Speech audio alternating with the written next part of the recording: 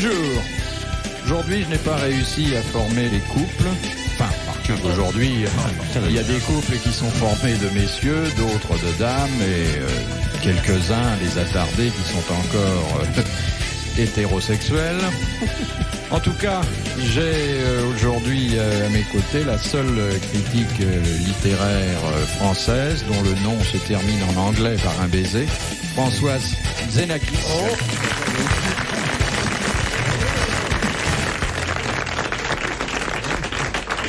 C'est un des rares mots d'anglais que je connaisse et je vous laisse imaginer pourquoi. Et puis alors, chère Françoise, j'ai là un petit assortiment de mâles plus ou moins usagés, pouvant encore servir finalement. Vous savez, une paire de chaussures neuves, c'est pas marrant, hein? Ça fait mal, hein? Les miennes sont montantes. Tant mieux. Alors, on va voir si vous trouvez chaussures à votre pied. Oui. Bon, d'abord, j'ai le genre grande botte pour les week-ends à la campagne. Cachemire. Il vous la proposera lui-même, d'ailleurs. Daniel Secaldi.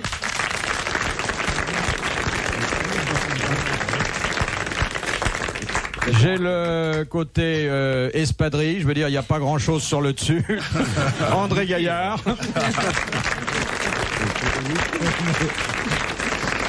Et puis j'ai l'escarpin à bout pointu. Merci. Mais de bonne qualité, et s'il y a souvent des cuirs, ils sont volontaires, c'est Sim. C'est trop. C'est quand même dans les espadrilles qu'on est le plus à l'aise. Alors vous considérez comment au point de vue chaussures, par exemple? Oh, moi je suis les pantoufles du docteur Géva. Hein.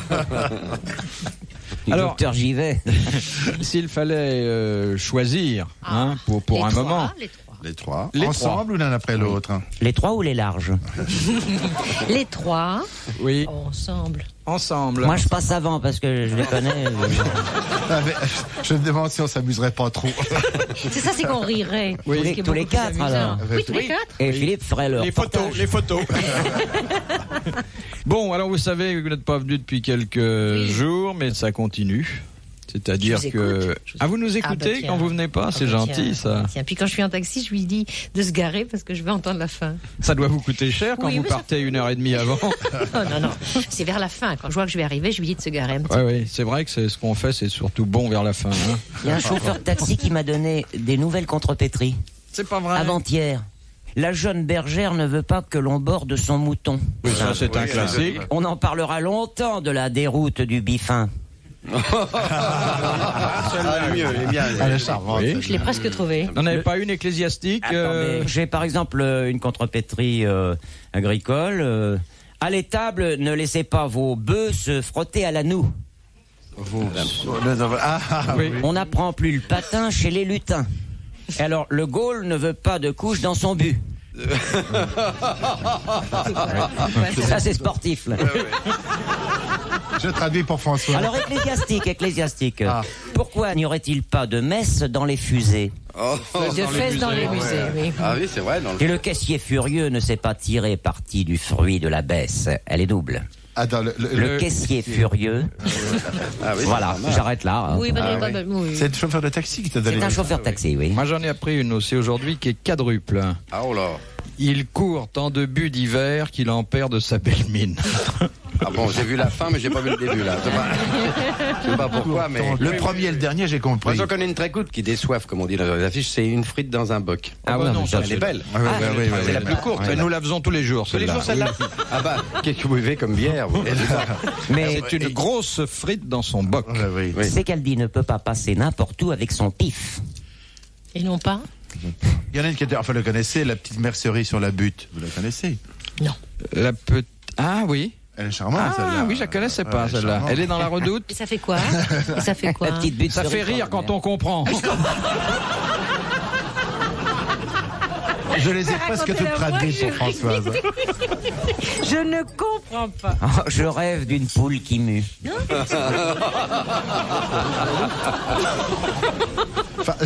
J'ai pas entendu, pardon. Simon. Bon, voici la première citation de Monsieur Sineux de Montbouton. Il y en a une là, non? Non, mais on a le droit d'écrire à plusieurs maintenant? Ils prennent tous des pseudonymes, ces gens-là. Oui, Qui a dit « Avant de revendre votre violon à votre brocanteur, demandez donc à vos voisins combien ils vous en offriraient. » Pierre Dac.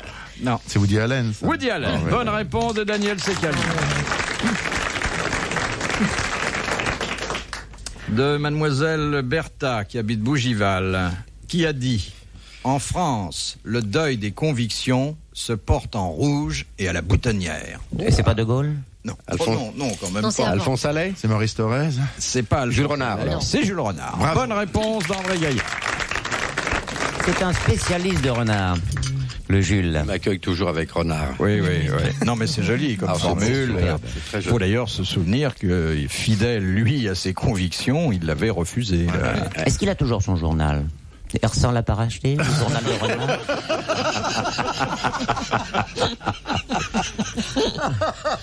Renard n'est pas à vendre. Toujours son renard. Mademoiselle Lombec. Ah, Vous avez le Lombec. Non, Lombec d'Ambèze. Pardon, mademoiselle. Pourquoi pas? Elle demande comment s'appelle la substance sécrétée par une certaine variété d'orchidées. Oh, ben non, on sait pas. Elle a gagné. C'est un nom Ça, scientifique? mais non, faut pas. Non, C'est un nom scientifique? c'est très connu. Toutes les ménagères sont au courant d'ailleurs. Ah bon? De la lessive?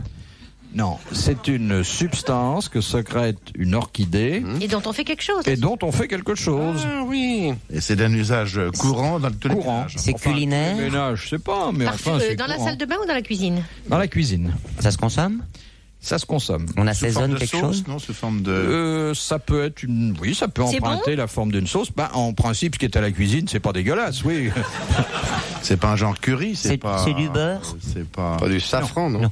Margarine? Non. Oh, la margarine d'orchidée.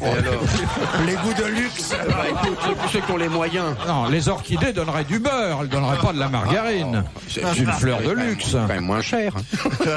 Moi, je fais mes comptes avant de parler. C'est pas du sel, c'est pas du poivre. Ah, on De consomme ça l'huile? avec de la viande? C'est blanc?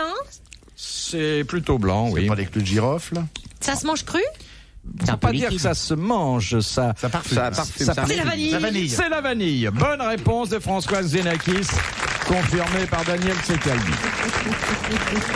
On sait que la vanille est une espèce d'orchidée, d'ailleurs. On a eu souvent des questions ici là-dessus. Ah Et bon. c'est une perte, si je puis dire, la vanille. C'est un soin. C'est pas perdu pour tout le monde. C'est une sécrétion de la plante qui Oui. a une vie physiologique comme nous. Mais là. toutes les fleurs. Bien. Moi, j'ai vu des fleurs tristes. Ça, c'est vrai. Moi, dans mon jardin, j'ai des fleurs qui s'ouvrent à la sexualité lorsque des jolis papillons viennent butiner autour d'elles. Et quand elles sont pas arrosées, elles sont tristes. Ah non, elles viennent me retrouver dans mon lit. Il a des carpes aussi. On appelle... Il a beaucoup de choses. Oh non, mais c'est vrai, la fleur a... D'ailleurs, vous avez vu qu'on soigne les fleurs maintenant par la musicothérapie. Tout à fait. Oui. Il y a même des spécialistes qui conseillent de parler aux fleurs. Oui. On rentre le soir et on leur raconte la journée, on leur Ça de la demande... pétale. Oui, oui. Comment- C'est un peu trop ça quand même. Non, non. Pas du tout, elles sont très sensibles, elles se redressent. Oui. Et d'ailleurs, si vous Oui. passez un film porno le soir sur Canal+, il y a la tige qui monte. Voilà.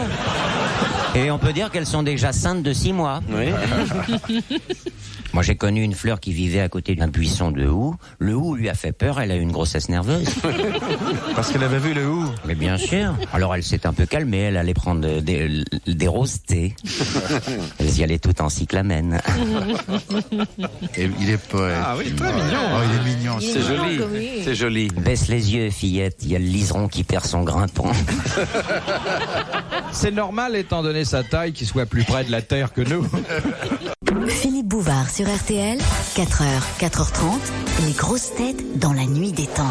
De Madame Lassalle, qui habite Soupe-sur-Loing. C'est loin? Quand M. Zitrone n'est pas là, épargnons-nous les digressions Non, régionales. La locales. meilleure soupe, c'est à Lannion qu'on Ce l'a qu'on a dans fait. les poches. La fameuse soupe à l'agneau. Ah, qu'elle est bête. Ah, qu'elle est bête. Il l'a faite, celle-là. Ça, c'est Simon. La soupe. Il valait mieux que vous en débarrassiez aujourd'hui. Elle est pas mal, hein. Alors, j'arrive de Perros direct. Hein. Pourquoi, alors qu'il était à Albi, le maréchal Pétain déclara-t-il en 1942 « Maintenant, on ne dira plus le maréchal Pétain, mais le maréchal ». Il était le seul maréchal, non? Parce qu'il était fatigué. Tous les autres s'étaient tirés à Londres. Il n'y avait plus de maréchaux à l'époque, il n'y avait plus que lui. Il y avait plus. Alors, il faudra Ah, mais c'était mort. Il était qui? Foch, Non, Mais ceux des avenues. Lyotet. Ceux des avenues. Lyotet. mais non. un maréchal qui était mort. Ferrand. Mais non. Foch, Joffre, Ok. Franchet d'Espéré. C'est lui. Franchet d'Esprey. D'Esprey. Prononcé On dit d'Esprey, oui. Franchet d'Esprey qui était le dernier Des et maréchaux. qui venait de rendre Ça y est, l'arme. vous avez gagné. Bonne réponse de Daniel Secaldi. De Madame Lagnon de Tours. Ah oui, Celle qui fait la soupe. Ah, que j'aime ça. en un seul tour. Quelle attitude très particulière doit observer un soldat lorsqu'il salue un supérieur? Une attitude différente. Il regarde dans Il ne l'air. doit pas sourire. Il regarde dans l'air. Il Non. regarde pas dans les Il yeux. regarde Dans pas. les yeux, alors. Oui, il le regarde dans les yeux. J'ai jamais regardé Bonne dans les yeux. réponse d'André Gaillard. Moi, j'ai toujours été étonné par tous ces mecs qui se connaissent pas et qui se disent bonjour. Oui, oui. Quelle perte de temps. Ça dure encore ça Je dans la crois rue qu'on là, se salue oui. moins. D'abord, c'est ils sont en plus en uniforme, uniforme. on les voit c'est ça, plus. oui. Ils se mettent en civil dès qu'ils sortent de la caserne. Ah, On voit de temps en temps encore des généraux en uniforme près du ministère de la Guerre. Oui, ce sont des comédiens qui tournent un film. Oui. Ce sont les Dans plantons. le jour le plus long, c'était ça. C'était le jour Vous le vous plus rendez compte au moment d'une attaque guerrière, au moment de l'attaque d'une armée comme ça, bonjour, ça va? Oui, regardez-moi dans les yeux. Paf. Qu'est-ce que c'est? Pendant que je vous regardais, il y a une bombe qui est arrivée. Mais C'est catastrophique. C'est tellement vrai que il y a vraiment quelques généraux qu'on voit sortir entre le ministère de la Guerre et les gens se retournent sur les. Ce sont les facteurs qui apportent le courrier. Non, c'est très Même les curieux. facteurs ont plus d'habits. Non, ils n'ont plus rien. Les préposés d'abord. Et vous avez vu un facteur qui vous salue? Un facteur qui vous fallu. Ah, dis donc, si les généraux avaient été autant mordus par les chiens que les facteurs, on serait tranquille. Hein. Il y avait moins de cavaliers. Question de... Enfin, vous avez eu quand même un peu de mal. Ça laisse à penser que vous n'avez pas accompli vos obligations Si, militaires si, les uns et mais les moi, autres. je savais Moi, je pas. n'ai pas Je accompli savais mes pas. obligations militaires. Moi, je sortirais mon salaud. Ça ne m'a pas manqué, je dois vous dire. Et pourquoi? Pardon. Je n'étais pas réformé. Non, j'ai bénéficié d'un décret qui était promulgué au bon moment parce que ma mère était veuve, non remariée. Et j'ai bénéficié soutien d'une de famille. dispense totale. Soutien de famille. Oui. Moi, j'ai failli me faire réformer malgré moi quand j'ai passé le conseil de révision parce qu'il a été supprimé. Hein. Bon, on était tous à poil. Alors, il y avait. Supprimé, le conseil de révision a été supprimé. On nous prend Et tout. devant moi, alors là, c'est extraordinaire parce que j'ai pu vraiment sentir toutes les effluves des provinces françaises. Hein. On sent l'ail du Mini, La fesse profonde. les Ducasses, la bière du Nord et tout ça. Et au moment où l'infirmier du m'a sang. pris ma mesure, il m'a foutu la toise sur la tête. Assommé.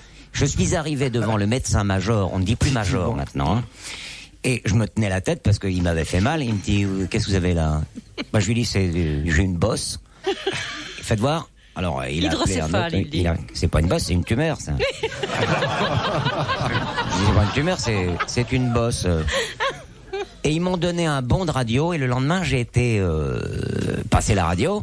J'ai tenté d'expliquer que c'était une bosse, que le pauvre imbécile m'avait foutu la toise sur la tronche.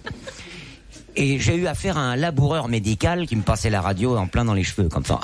En plein dans les cheveux, c'est un peu de prétention. Et je lui dis non, c'est une bosse. Il dit, vous avez une tumeur, c'est marqué sur votre papier, là. C'est pas une bosse que je cherche, c'est une tumeur. Alors il a cherché, mais depuis la veille, elle avait complètement disparu. Et le mec, il me fait, je comprends pas, elle est sur le papier, vous l'avez pas sur la tête.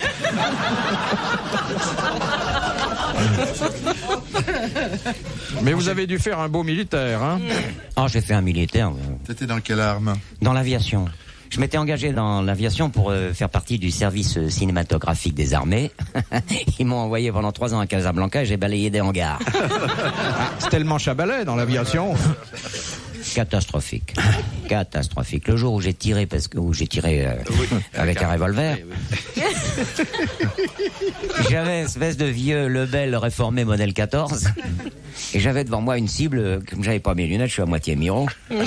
Et je portais le fusil légèrement vers la gauche et j'entends un adjudant qui fait oh attention, non, c'est le lieutenant. Oh.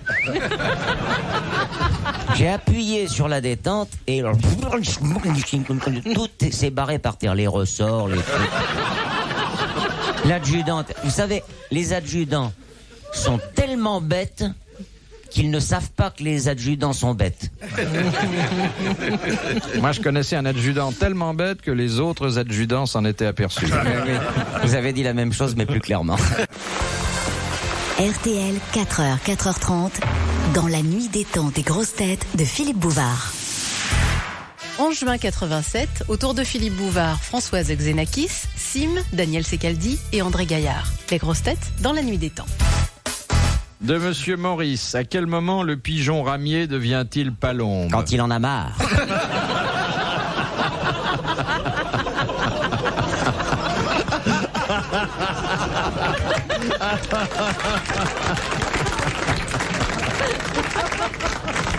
Quelle que soit la réponse, c'est celle-là qui demeurera.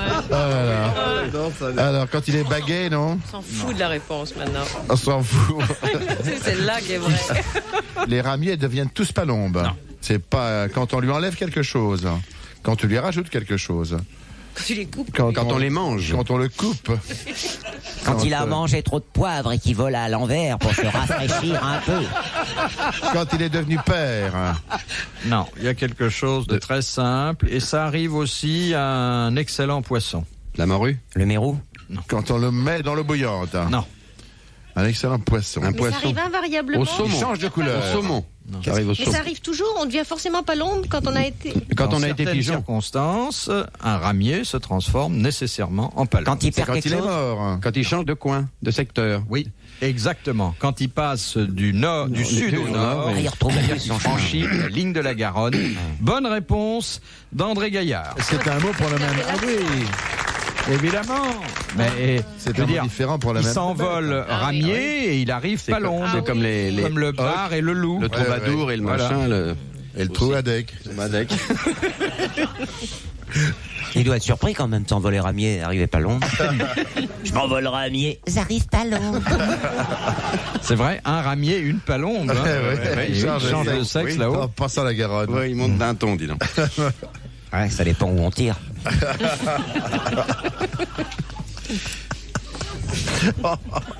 Il est déchaîné. Tu t'es jamais fait tirer en plein vol? Moi, quand je tirais, j'ai souvent volé le sac de la dame. Vous devriez Vous devriez écrire d'abord. toutes vos expériences sexuelles. C'est trop long. Ah, si, ça va sortir. Attention, Ah bon, ça va ça sortir va enfin. sortir. Et ça s'appelle le petit oiseau. Non, ça va Ma s'appeler. petite palombe. Elles sont chouettes, mes femmes. Ah, Mais oui. ça sera beaucoup plus tendre. Ouais. Il y en a combien De quoi? des De femmes pages. dont vous parlez? Autant que de pages. C'est-à-dire 256. Sans compter la page de garde. Et la couverture. Moi, j'admire encore plus votre mémoire que votre puissance sexuelle. J'ai pris des notes, hein. Je me suis souvent ennuyé en même temps. Hein. Moi, à chaque fois que je tirais, c'était avec un stylo. Donc c'est bien un vrai écrivain. Rétractable. Ah oui. Ça, C'est vrai qu'il vous écrivain. arrive de vous ennuyer en faisant l'amour? Ah oui. Oh, pas tout le temps, mais. Parce que Pierre Doris disait qu'il fait l'amour debout parce que couché, il s'endort. lui.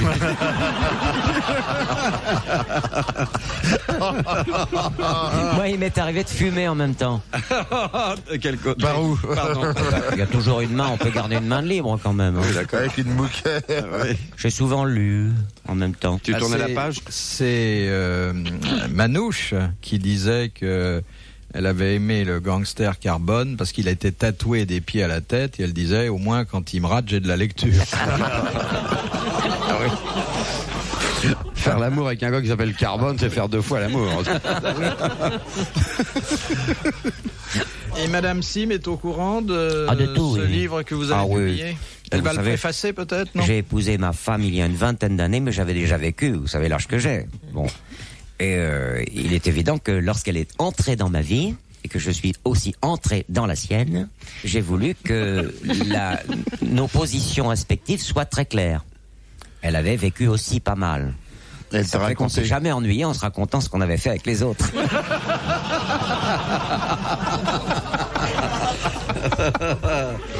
Mais alors, les 20 dernières années sont malgré tout aussi drôles que les 20 premières. Ma femme est merveilleuse. Elle est arrivée chez moi la première fois avec un balai. Elle avait une valise et un balai. Alors la valise, je savais ce qu'il y avait dedans. Mais le balai, ça m'a fait quand même penser qu'elle avait vécu avant que je la connaisse. Heureusement, la pauvre poupoule. Le balai lui servait parce qu'elle n'aime pas faire l'amour lorsqu'il y a trop de lumière. Ma femme, elle est comme la vôtre.